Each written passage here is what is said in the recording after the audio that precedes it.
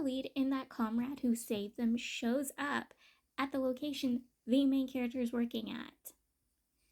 And he was supposed to be with his dad, but his dad didn't show up. But he has that little seal thing, but he's not handing it over to the cousins. He's not. The main character, he gets hold of his husband and he shakes his husband down and he's yelling at his husband. He's screaming at his husband, telling him to hand that seal over to his boss. And he's doing it for a whole act. He's putting on an act for his boss and his boss's cousin. He also purposely pushes the male lead into the water. And he always made sure that the jade seal was loose so it'd fall into the lake. And then the male lead picked up what the main character was trying to do. This is also when the main character and the male lead, they start sharing a bed. They sleep in the same bed together. They also have to be very secretive when they're talking to each other. And sometimes the main character writes words on the male lead's arms to tell the male lead what he's trying to tell him, because there are rats who are listening in on to their conversations and reporting back to the main character's boss and the cousin. The main character is going to have the comrade be the one to get the assassin's kid out of that place. They're going to work together to get this kid and the male lead's family out of this place. The plan starts with the main character going back into the lake, getting the jade seal, handing it over to his boss and his boss's cousin, and putting on the act that he is a traitor. The main character is putting on his whole traitorous villain act for these dudes. He's like, oh, I have a perfect ploy. We'll make it out that I helped them escape from your area. Then on the way to the male lead's father, I'll have the male lead killed while protecting the male lead's mother and brother. And once we return back to the male lead's father, I'll poison him and kill him that way. Because again, he will have so much trust in me, because even though I couldn't save his eldest son, I saved his youngest one and his wife. And they're eating up everything the main character is telling him. The only thing they don't agree with is the whole sending the male lead away. So the main character has to come up a way to get the male lead out, because this dude ain't budging on letting go of the male lead. The dude gives the main character 3 tallies. One for him, the male lead's mother, and the younger brother. The main character gives one to the comrade and one to the male lead. The main character had already promised the assassin's son to take the kid out for lantern viewing. So the comrade takes the kid out, the male lead and the main character takes the younger brother of the male lead out, and they all meet up with each other to make sure that their plans is set in stone, that they're gonna go out and leave tonight. Also, the assassin's son, so he has a crush on one of the cousin's daughter-in-laws. Like, he has a crush on this girl. He wants to marry her, and even though she's already married, he knows she belongs to him, that one day she will be with him. And he's a little sad that he has to leave her, but he knows he will one day come back to her.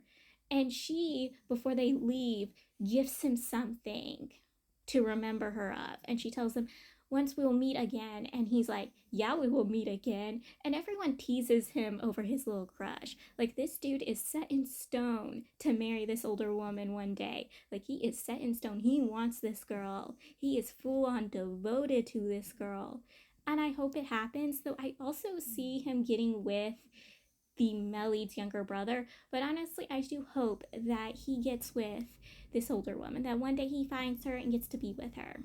The main character, the male lead's mother and brother, they get in the carriage, they get to the gate, he hands over one of the tallies, and this dude at the gate knew the main character was leaving with the mother and brother, but when he doesn't see that main character has all 3 tallies, he questions the main character of that, but the main character puts on a very much act to get this dude to let them through the door, and so the dude does. The comrade and the assassin's son had escaped in a different gate, and the main character and the male lead's family met up with him, and the male lead already told them, hey, if I don't make it, just leave without me.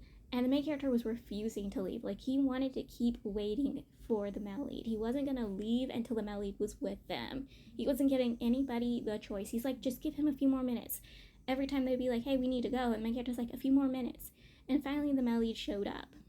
They meet up with the male lead's father's men, And the dad didn't show up. He went to lead his army somewhere else. And so they knew that they're kind of doomed and they can't go to see the Melid's maternal uncle because the cousins will sick their men on that location.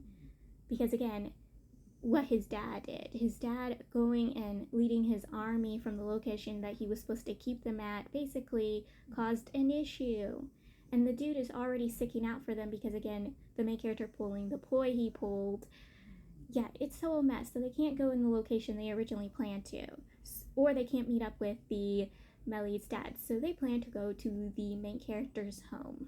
The Melid doesn't stay with them very long. He sets out to go fight with his father, and his mother and the main character are both very much acting like military wives waiting for their husbands to return back to their sides. They're both anxious, they're both worried. The main character gets to the point he can't handle it anymore and runs off to go get the Melid. Like, he rushes to the Melid's side.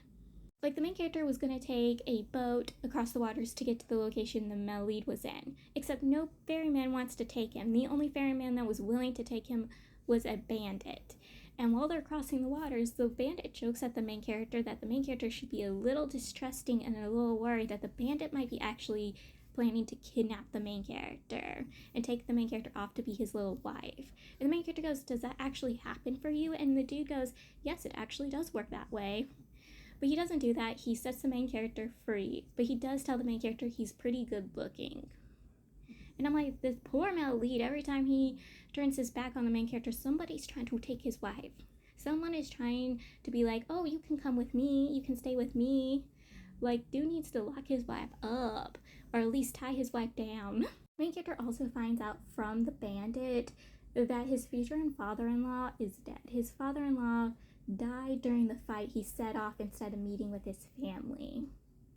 And so when he arrives, the Melid and his men, his father's men, are all arguing over what they should do. Should they continue with the fighting that his father started, or should they do something else, go somewhere else? But either decision will cause them their lives. The main character's one who gives them a plan. He tells them, "Pretend that you're betraying the Melid and me, have us tied up and handed over to the cousins. And then we will set ourselves free and we will all meet up again, and I'll have my boats come and save us." And that's exactly what they do, because again, the main character hired a bunch of boats and military men. Like, he sold his family's lands to basically buy a military for the Melid, a naval military. So he's prepared. That arrives and they escape to the main character's home. Once they arrive, they have a small funeral for the Melid's dad, and he's only going to be there buried for temporarily, and then once everything is settled, he will be buried in his home location.